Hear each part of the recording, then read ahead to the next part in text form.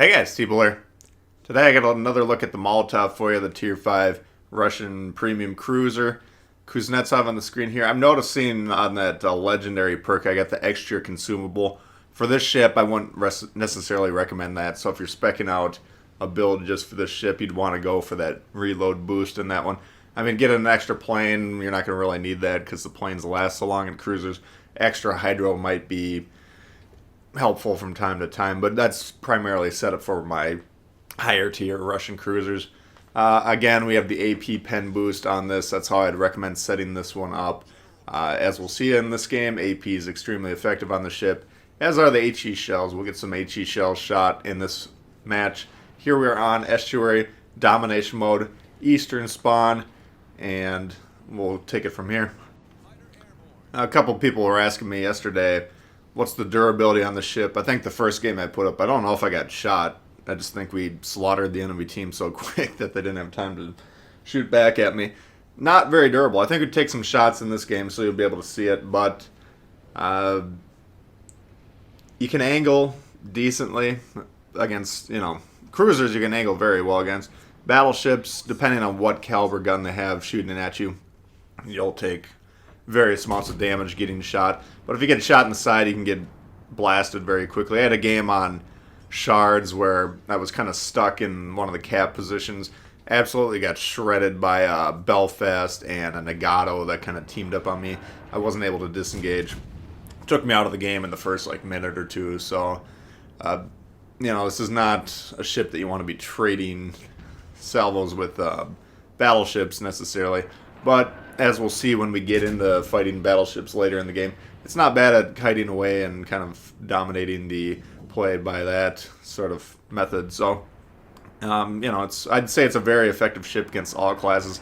Destroyers, it's got good HE against them. Even if you hit them with the AP, you can get some good shots due to how accurate the guns are. But, the destroyers, the reload on this is just a little bit slower than you'd want, but it's not horrible. It's certainly up to the task of dealing with any threat that it really comes across.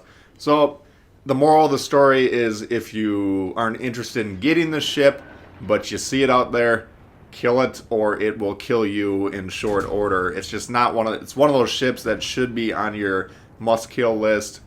And I'm not trying to make it harder for Molotov owners, but it's already easy enough for you out there. So, as you see, we're already shredding the team. We've almost covered our HP and damage already, so kind of paid our way into this game, and we're on the verge of clearing out the eastern side here.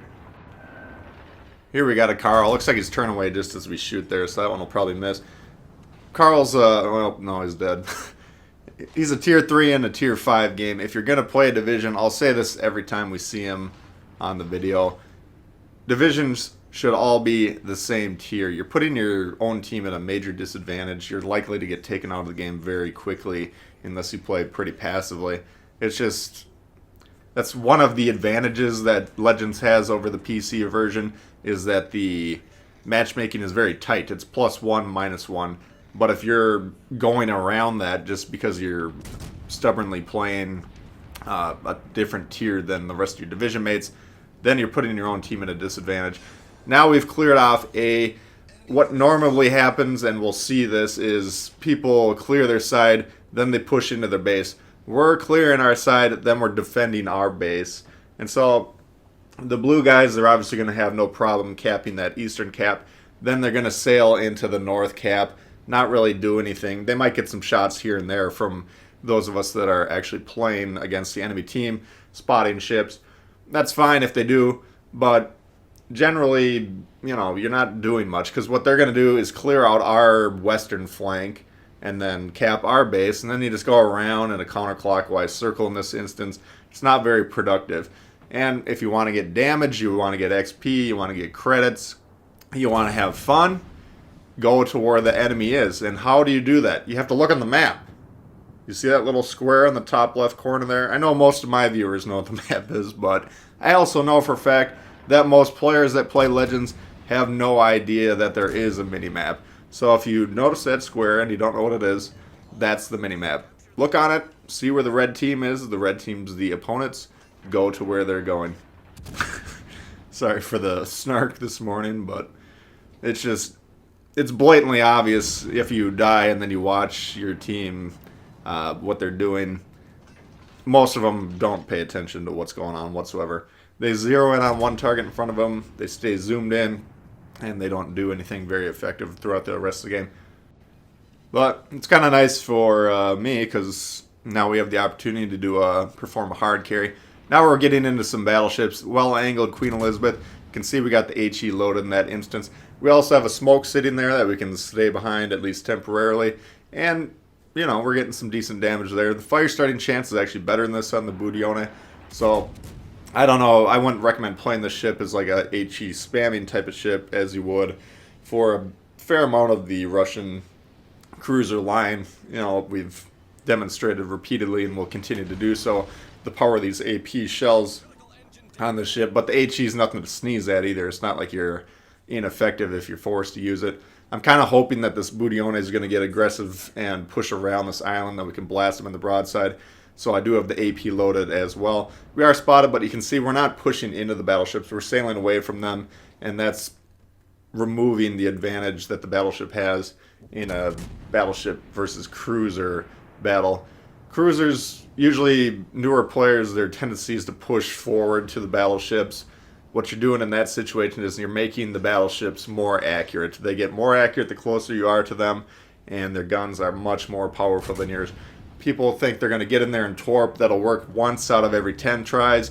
The other 9, you're just going to get blown up. So sail away from battleships. You know, almost always in cruisers. There's going to be exceptions to every rule, of course, but your advantage lies the further you are. Budione does finally poke around, and he's just kind of sitting there broadside. We're going to see if that works out for him or not. He got away with it there. And he's also got a supporting Leander, so the situation's getting a little hot over here, as they say. Now, the battleships continue to be the main threat, of course. They're the guns that can one-shot us, but because their team's clumped up so tightly here, we're able to angle pretty successfully at those cruisers as well. The closer you are to your teammates, the easier it is for your opponents to angle against everyone on your team. So spreading out's the key to this game, and the Budione learned that the hard way. Leander stopped as well. He's going to start just as we shoot there. He briefly moved forward, then stopped again. That's why I shot at a sitting position. But the Leander kind of takes off pretty quickly, or the British cruisers in general take off pretty quickly. So with that shot, and then as he angles away, we discharge the AP and then switch back to the HE. Now he's disengaged, he's disappeared, that's fine. We're going to turn our attention back to this Queen Elizabeth. That's number 1, trying to cap, and number 2, pushing into us. So still a major threat. Of course, he's shooting HE. I don't ever shoot HE in the Queen Elizabeth / Warspite, but I love it when my opponents shoot it at me. Yes, they'll still do damage. Yes, it's slightly more consistent, but it's more consistently low damage. So initially I was going to rush him, take him out, and then pursue the Leander, but the Warspite behind him as well is behind him. We haven't confirmed that he's shooting the wrong shell yet, so we do need to continue to turn away. Warspite's pretty broadside, at least he was briefly, so we did load the AP again, shoot him, and we've landed the high caliber. Well, they still have 4 ships left. And now the Queen Elizabeth's presenting broadside again. And, you know, we're not aiming waterline at these shots, but we're aiming up just a smidge. And big, big damage coming off here. So this guy's in trouble. He's got a permanent fire. That means we're going to just stop shooting at him, let him die of natural causes. And then we're going to continue to whittle down this Warspite. Now we're in a situation where we're 2 versus 3 here. And I don't generally tend to have a lot of confidence in my teammates. So that's going to cause me to make a little bit of a misplay here. We shoot the AP, go back to HE. We're trying to get rid of this Warspite, obviously. But I want to do that as quickly as possible and then help my team, because they're trying to flip the cap up north and they're likely to kill him. And that's going to put me at a disadvantage. So I'm kind of committing towards sailing back towards this guy. I am spotted right now, though, so I should continue to be angled. I should continue to sail back till I drop spot. Now I do. Now, well, I shot a blind fire shot, so I've appeared on his screen there. And what I should have done is just drop spot and then move back into a position where I could spot him, get the first shot advantage. If he's broadside, I could have hit him with a nice juicy AP salvo, or if he's angled, could have hit him with the HE, reset the base.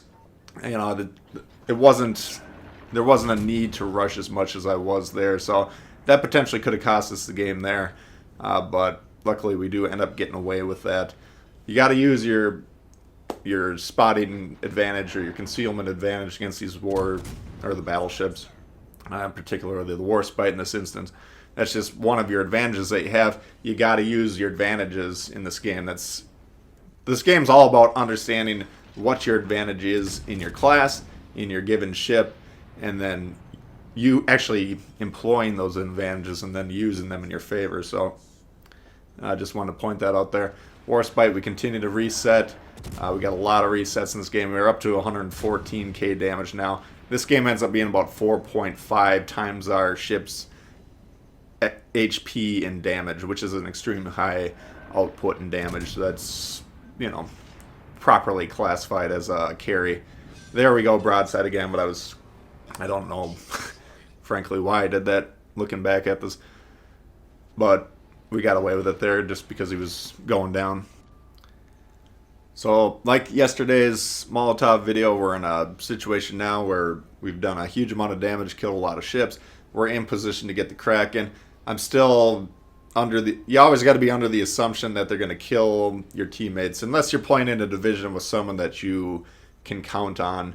That's kind of the main difference between divisions, why the divisions have such an advantage. Number one, you can communicate with them a lot easier. Number two, usually you're going to be playing with people that you at least know their skill level, and a lot of times the division players tend to be good players, so that's why the divisions that's where their strength lies. So we're not going to end up getting the Kraken here in this game. That's fine. Ends up being a pretty good game either way. Molotov, though, again, if you like cruisers, I would definitely pick this one up. It's a solid ship, a lot of fun to play, and I've had a lot of good games in this one with a fairly small sample size.